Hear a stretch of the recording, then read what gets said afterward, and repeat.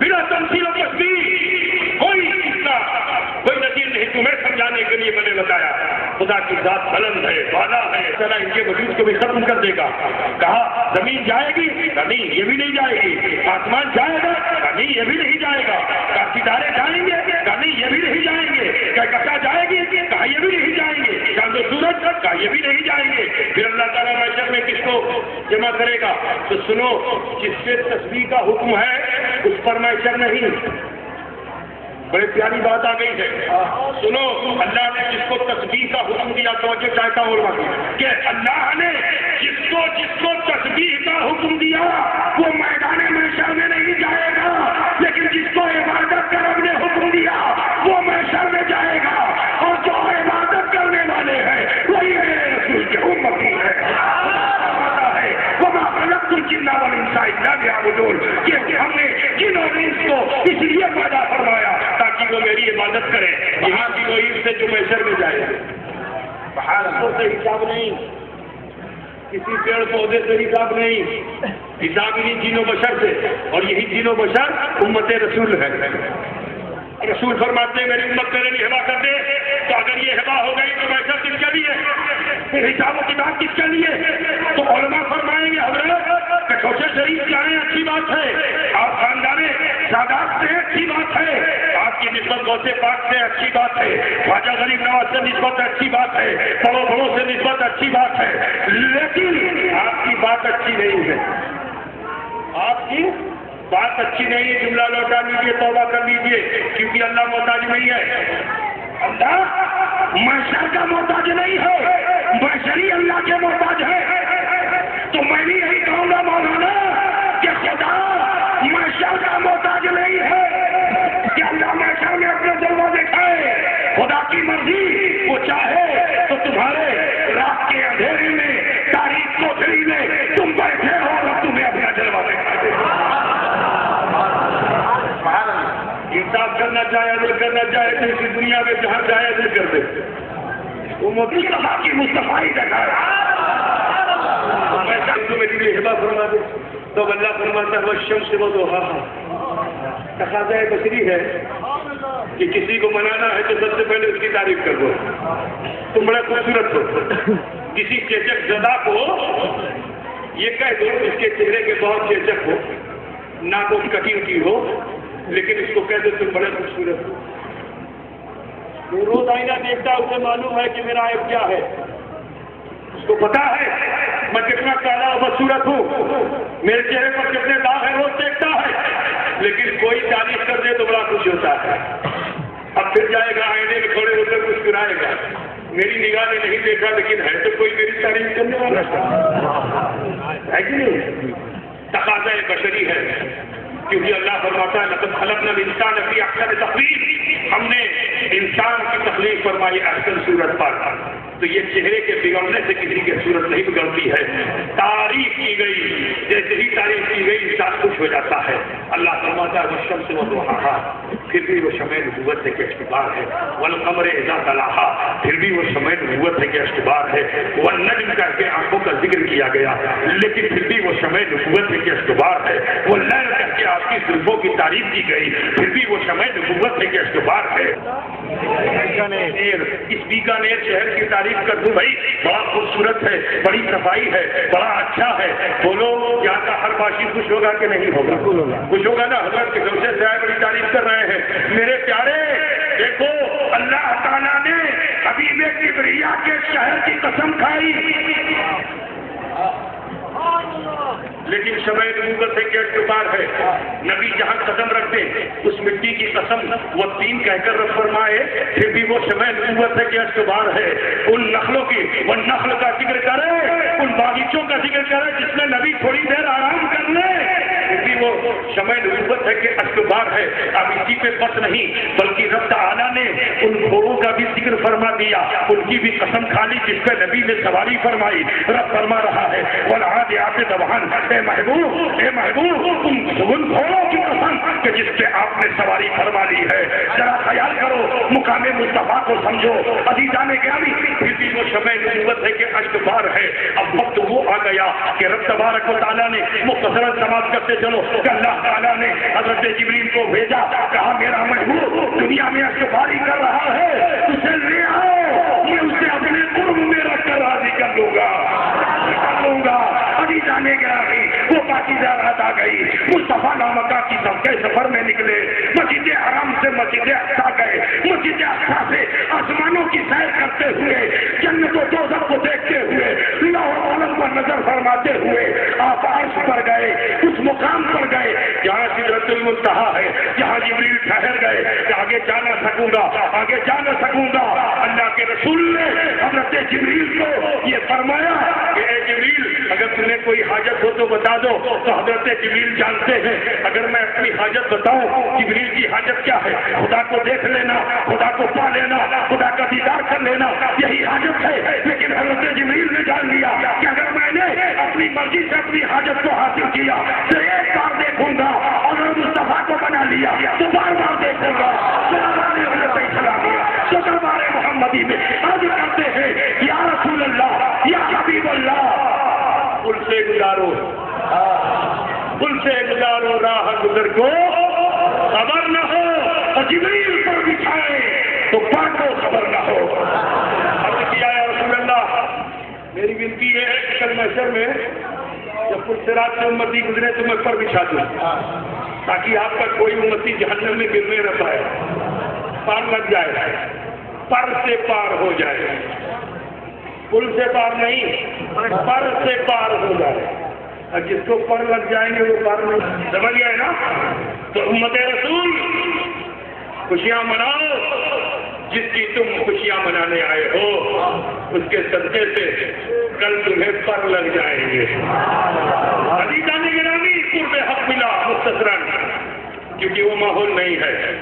مختصراً قرب حق ملا تو رب فرماتا ہے جب رسول کائنات میں دیکھا, حیرت سے حقیقت ربانیہ کا مشاہدہ کیا تو رسول کائنات ٹکٹکی بانے دیکھ رہے ہیں, ماں زادل بسر و ماں تغا, نہ پلک جھپکی نہ اندھائی, اس طرح دیکھا اپنے رب کو. تو جس یہ تقاضۂ بشری ہے, خدا اس سے پاک ہے. کسی کو اگر حیرت سے تکا جائے تو پوچھ لے گا, مسجد سے نکلو کوئی آدمی آپ کو مڑ مڑ کے ایسے دیکھے ٹکٹکی باندھ کے تو پوچھو گے بھائی صاحب کیا بات ہے, کچھ چاہیے کیا, بولیں گے نا. خدا وہ ہے کہ جو ان سب سے پاک ہے. لیکن جب بشریت کے ساتھ میرا مصطفیٰ, ابدیت کے ساتھ میرا مصطفیٰ قرب حق میں گیا, آنکھوں سے دیدار کیا تو اللہ فرما رہا ہے اللہ کا حاجتی تمہیں مجھ سے کوئی ضرورت ہے. تو جس نے زمین میں ماں کے جسم سے پیدا ہو کر ابھی صفا و مروا پہ جس نے عرصیاں لگائی تھی, رب حبری امتی مینا مصطفیٰ عرفات میں جس نے عرصیاں لگائی تھی, رب حبری امتی مدینے میں جس نے عرصیاں لگائی تھی, رب حبری امتی قبر انور میں جو عرصی لگا رہا ہے, رب حبری امتی وہ جب قرب حق پاتا ہے رب فرما رہے حاجت کیا ہے. تو نبی نے بھی سوچا کہ اگر حاجت بتاؤں گا تو ایک حاجت پوری ہوگی, خدا کو چھوڑ دوں گا تو ساری حاجت پوری. سبحان اللہ. تو عرض کیا عاجزی پیش کی, وما عبدنا کا حق عبادتی کا, وما عرفنا کا حق معرفتی کا. اے اللہ کما حق ہوں میں نے بندگی کی نہیں. آج کل تو سجدے کرتے ہیں کہ ٹھوکر لگاتے ہیں, اور گھمنڈ ایسا کہ پوچھو مت. نبی کے سجدوں کا عالم دیکھو, قیام کا عالم دیکھو. قیام کرے تو سورہ مزمل کا نزول آ جائے, نزول ہو جائے کہ یا ایھا المزمل قم اللیل الا قلیلا, کہ ایک علی کمری کے ہونے والے رات میں قیام کرو مگر کم. ذرا سوچو, عبادت سے کم روکا جائے کہ اتنی مت کرو, آدھی رات تک کرو, آدھی رات میں کرو. سوچ رہے ہو نا, مچھلی کے پیٹ میں نبی ہے روکا گیا, تسبیح کم کر دو, بہت تھکے ہوئے ہو, بہت پریشان ہو, نہیں روکا گیا. سر پہ آرا چل رہا تھا, روکا گیا نہیں, روکا گیا. کہا تسبیح کرتے رہو, صبر کرتے رہو, تسبیح کرتے رہو, نہیں روکا گیا. رب کے حضور حاضر ہے اور رب سے عرض کر رہا ہے وما عبدنا کا حق عبادتی کا, وما عرفنا کا حق معرفتی کا. کہ اللہ کما حق ہوں میں نے تیری بندگی کی ہی نہیں, تجھ سے معلوم ہے. کما حق دیکھا نہیں, تجھ سے معلوم کیا. میں اس کی تفصیل میں جانا نہیں چاہتا، بس بتانا یہ چاہتا ہوں رب راضی ہو گیا، فرمایا محبوب لے لو، ایسا تحفہ دیتا ہوں کہ جس کو میں نے کسی نبی کو دیا ہے دے دیا، لیکن محبوب آپ سے اتنا راضی ہو گیا ہوں کہ یہ تحفہ آپ کے لیے بھی ہے اور آپ کی امت کے لیے بھی ہے، اور جو اس تحفے کو لے لے گا وہ آپ کے لیے سیوا کر دیا جائے گا۔ جانتے ہو وہ تحفہ کیا ہے؟ کیا ہے؟ نماز ہے۔ بہت سے لوگ خوش ہوتے ہیں لوٹے خالی اور خوابوں لے کر چلنے والے بہت خوش ہوں گے۔ وائل ہے جہنم کا سب سے نچلا طبقہ ہے ان نمازیوں کے لیے کہ جنہوں نے ریا اور دکھاوے کی نمازیں پڑھی۔ کیا یہ سعودی عرب کا نمازی ہے، یہ امریکہ کا نمازی ہے، یہ جودھ پور کا نمازی ہے، بیکانیر میں آیا تو کہا یہ جالور کا نمازی ہے، تو یہ مکرانہ کا نمازی ہے، تو یہ یہاں کا نمازی ہے۔ نمازیوں کو دکھلایا جا رہا ہے یہی تو ریا ہے میرے پیارے، یہ ریا تیرے کام آنے، یہ ریا کا کام تیرے کام آنے والا نہیں، ہاں جہنم کا ایندھن ضرور بنا دے گا، جہنم کے سب سے نچلے طبقے میں پہنچا دے گا۔ فوائل للمصلین الذین هم عن صلاتهم ساہون، وائل ہے سب سے نچلا طبقہ ہے ان نمازیوں کے لیے کہ جو نمازیں تو پڑھتے ہیں مگر ریا کی۔ اے ظالموں، اگر نماز پڑھنے کا شوق ہے تو صدیق اکبر سے صداقت کی نماز سیکھو، عمر سے عدالت کی نماز سیکھو، عثمان سے سخاوت کی نماز سیکھو، علی سے شجاعت کی نماز سیکھو، حسنین سے شہادت کی نماز سیکھو، غوث و خواجہ سے ولایت کی نماز سیکھو۔ وہ نماز کہ جو تمہیں بھی بخشوا دے اور تم میں بخشوانے کی صلاحیت رکھے۔ جب ایسی نمازیں پڑھی جائیں گی علماء صاحب اس مقام پر اللہ تعالیٰ نمازیوں کو نہیں چنے گا، جس کو چنے گا نیازیوں کو چنے گا، ان نیازیوں کو چنے گا کہ جن کی نیاز میں نماز ہے۔ سمجھ گئے؟ ابو بکر کو چنے گا، تحفہ بنائے گا، ابو بکر کے ساتھ تمام سچوں کو چنے گا، تحفہ بنائے گا اور تحفہ بنا کر پیش کرے گا۔ یہ محبوب لے لو، علماء فرماتے ہیں جب الحمد لے گا یہی وہ نعمت ہے جس سے نبی راضی ہوں گے۔ نہیں، یہ تو ازل سے نبی کے لیے ہے، کہا پھر جنت ہے، کہا جنت تو نبی ہی کی ہے، کہا پھر کیا ہے، کہا حوض کوثر ہے، کہا اس کے لیے سورت نے فرما دیا انا اعطیناک الکوثر، کہ کوثر کو تو اللہ نے عطا ہی فرما دیا ہے۔ پھر معاملہ کیا ہے، میدان محشر نبی راضی کی معلوم ہے نبی کو کوثر میرا ہے، جنت میری ہے، لواء البحر میری ہے، پھر میرا ہے۔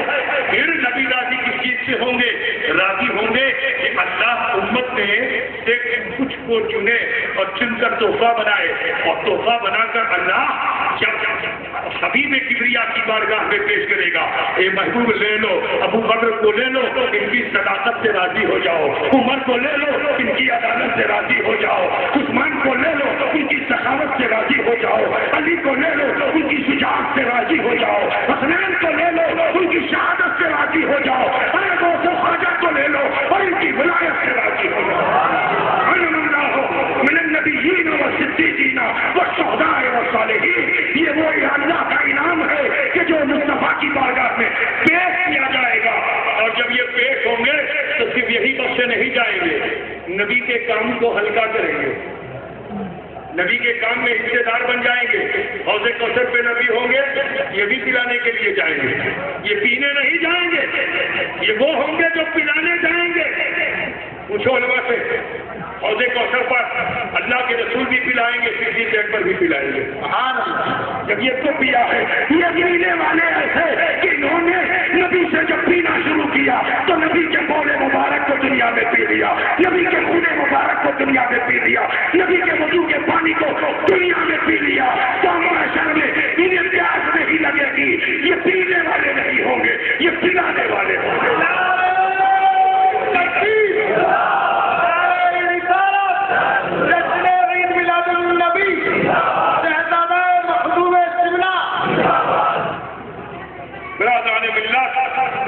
نبی کی رضا امت کی اس حال میں پہنچنے پر، یہ جب پہنچے گے تو یہ اکیلے بخشے نہیں جائیں گے، یہ 10-20 کو نہیں ہزاروں کو بخشوانے والے ہوں گے۔ یا ہزاروں کو علماء پہنچیں گے، یہ اکیلے نہیں بخشے جائیں گے. یہ جب کھڑے ہوں گے تو شفاعت کی صفت جو جس کی صحبت میں رہتا ہے اس کی صحبت کا اثر ہوتا ہے. سنو، جب علماء نبی کی صحبت میں آئیں گے تو نبی کی صفت نبی کا خاصہ ہے کہ محشر میں شفاعت کرنا. جب یہ علماء نبی کی صحبت میں آئیں گے تو نبی کی صفت کی ایک کرن سینے بھی مل جائے گی اور یہ اللہ کی بارگاہ میں عرض کریں گے، مولا جب میں پڑھ رہا تھا اس نے پانی پلایا تھا، جب میں پڑھ رہا تھا اس نے کھانا کھلایا تھا، جب میں چل رہا تھا میرے لیے آسانیاں مہیا کی تھی، میں جب پڑھانے دین کے لیے جاتا تھا میری تعظیم کرتے تھے، میری عزت کرتے تھے. تو اے مسلمانوں بیدار مت، مسلمانوں شفاعت تو مصطفیٰ کی ہے، لیکن جسے رب تحفے میں دے دے گا اس میں بھی شفاعت کی صلاحیت آ جائے گی، اس میں بھی بخشوانے کی صلاحیت آ جائے گی. کسی ہندی شاعر نے کہا ہے نا، لالی میرے لال کی جد دیکھو سد لال، لالی میرے لال کی جد دیکھو سد لال، اور لالی دیکھن میں گئی اور میں بھی ہو گئی لال. لالی دیکھن میں گئی اور میں بھی ہو گئی لال. اے مسلمانوں، آج چاہتے ہو جو روشنی علماء کے پاس ہے، صوفیہ درویشوں کے پاس ہے، آج تم بھی آئے ہو اسی لالی کو دیکھنے نا. آمینہ کے لال کو دیکھنے آئے کہ نہیں؟ بولو، کتنے لوگ ہیں جو دیکھنے آئے؟ دل کی نگاہ سے دیکھ رہے ہو نا؟ نبی کا انوار ہمارے ارد گرد چکر کاٹ رہا ہے. بس ہاتھوں کو پھیلاؤ اور لے لو. لالی میرے لال کی جت دیکھو جت لال، لالی دیکھن میں گئی اور میں بھی ہو گئی لال. تم بھی چاہتے ہو کہ اگر وہ لالی کا اب ظالم نہیں رہنا ہوگا، یہاں ٹوٹنے کے بعد خطا و بھول کرنے والا نہیں ہونا ہوگا. اے مسلمانوں، اگر مصطفیٰ کی لالی کا اثر تم بھی اپنے چہروں پہ حاصل کرنا چاہتے ہو، اللہ کے رنگ میں ڈھلنا چاہتے ہو، اللہ کا رنگ مصطفیٰ ہے. اللہ کا رنگ رنگے اللہ کون؟ صفت اللہ کون ہے؟ صفت اللہ مصطفیٰ ہے، اور مصطفیٰ کا رنگ اولیاء علماء ہے. اے عزیزو، تو آپ سے کہنا یہی ہے، وہ رنگ اگر تم بھی لینا چاہتے ہو، یہ تو رنگوں کی دنیا ہے، یہاں تو رنگولی بنائی جاتی ہے، یہ رنگوں کی دنیا ہے. بولو تم بھی رنگ لینا چاہتے ہو تو اس کے لیے ضروری ہے کہ اپنے اس قلب کو صاف کرو، اس کی صفائی کرو، درست کرو، تب یہ رنگ تمہارے اس برتن میں جم پائے گا. اور اگر گندا رہا تو پھٹ جائے گا. پوچھ لو ان سے جو رنگائی کرتے ہیں، اگر برتن میں خرابی ہے تو جیسے دودھ پھٹتا ہے ایسے ہی رنگ پھٹ جاتا ہے. میرے عزیز، تم اگر رنگ کو چاہتے ہو کہ تمہارے اس قلب میں ہو جس میں تم اپنے ایمان کے لباس کو رنگ سکو، تو لہٰذا ضروری ہے سب سے پہلے برتن کو صاف کیا جائے، اس دل کو صاف کیا جائے، اس میں جھانک کر دیکھا جائے کہاں عیب و خطا ہے، کہاں جرم ہے، کہاں گناہ ہے. لہذا اے عزیزو، میں آپ تمامی حضرات سے کہوں گا کہ تھوڑی دیر کے لیے کیوں نہ ہم اور آپ اپنے آپ کو دیکھ لیں. اب تک تو ہم نے بڑوں کو دیکھا، علماء کو دیکھا، صوفیہ کو دیکھا، درویشوں کو دیکھا، ان کے رنگ کا اثر تو لے دو، من میں جھانک کے دیکھو کچھ اثر آیا کہ نہیں آیا. اب جب جھانکو گے تو سنو، پردہ خودی ہٹ جائے گا، اور جیسے ہی پردہ خودی ہٹے گا تو اب صرف رنگ نہیں دکھے گا، رنگ والا دکھ جائے گا. رنگنے والا دکھ جائے گا، رنگ والا دکھ جائے گا. تو اگر دیکھنا چاہتے ہو خودی کے پردے کو ہٹاؤ، خدا دکھے گا. میں تم سے کہنا چاہوں گا، دو زانو بیٹھ جاؤ جیسے نمازوں میں بیٹھتے ہو، نماز میں جیسے بیٹھتے ہو بیٹھ جاؤ وہ احترام کے ساتھ. میرے بھائیوں، میں اور آپ جب دیکھتے ہیں تو ہمیں دوسروں کا رنگ دکھتا ہے، اور ہم اس رنگ میں بھی عیب ڈھونڈنے کی کوشش کرتے ہیں، کہاں داغ ہے نا. مثال کے طور پر یہ گلاب کا پھول یہاں رکھا، اسی کو نہیں، اس کے عیب کو ڈھونڈے گی، کہاں مرجھائی ہوئی پتیاں ہیں، کہاں کیڑے نے کاٹا ہے پتی کو، کہاں پہ داغ ہے پتی میں. تو اب نگاہوں کا مرکز پورا پھول نہیں بنے گا، دھیرے دھیرے سمٹ کر کے ایک چھوٹے سے داغ پہ آپ کی نظر پڑ جائے گی، جس سے آپ اس کے حسن کو بھول کر اس کے داغ کو یاد رکھو گے. یہ آنکھیں عیب دکھلاتی ہیں اور یہ آنکھیں غیب دکھلاتی ہیں. یہ دل کی آنکھیں غیب دکھلاتی ہیں, یہ آنکھیں عیب دکھلاتی ہیں, یہ آنکھیں غیب دکھلاتی ہیں. تو تم بھی اگر غیب دیکھنا چاہتے ہو جو چھپا ہوا ہے, کچھ تو ماضی کا ہے, کچھ آنے والا ہے, تو غیب دیکھنا چاہتے ہو جو ماضی کا ہے اسے دیکھنا تو تمہارے لیے بہت آسان ہے. بس ذرا آنکھیں بند کر کے من میں جھانکو, دیکھو مجھ سے کیا بھول ہوئی بچپن میں, جوانی میں, بڑھاپے میں, جو کچھ بھی خطائیں غلطیاں ہوئی ان کو اکٹھا کرو. چاہتے ہو کہ یہ کائی چھپے اور تمہارے اس برتن میں جتنی گندگی دور ہو اسے اکٹھا کر کے, گناہ و خطا کو اکٹھا کر کے اپنے رب کے حضور پیش کر دو. اللہ غفور رحیم ہے, خطاؤں کو بخشنے والا ہے. میرے عزیز, سچے دل سے اگر تم نے اپنے پچھلے گناہوں کو یاد کر کے رب سے معافی مانگ لیا تو آج میلاد مصطفیٰ کا صدقہ تمہیں ملے گا. رسول کے صدقے, آل رسول کے صدقے, علماء اہل سنت کے ذریعے عزیزوں کے وسیلے سے اللہ تعالیٰ تمہارے اہل خطا کو ضرور معاف فرما دے گا. لہذا آنکھیں بند کر لیجئے, تھوڑی دیر کے لیے شانتی کا ماحول بنائیے اور مراقبہ کیجیے. بالکل خاموش ہو کر اپنے داہنے بائیں مت دیکھیے, آگے پیچھے بھی مت دیکھیے, صرف اور صرف اپنے آپ کو دیکھ لیجیے. میں کیا ہوں, میں کیا تھا, مجھے کیا ہونا چاہیے.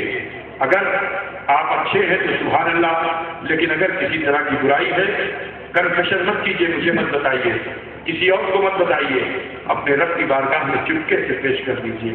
وہ رب العالمین جو تمہارے عیب و خطا کو دیکھ رہا ہے, اگر تم اس کی بارگاہ میں اس طرح گناہوں کو چھپا رکھا ہے, وہ تمہارے لیے صرف ستار ہی نہیں رہے گا, غفار بھی ہو جائے گا, تمہارے گناہوں کو معاف فرما دے گا.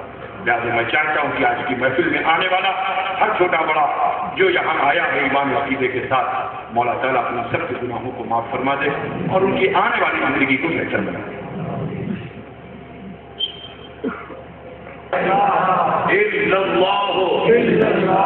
محمد رسول اللہ,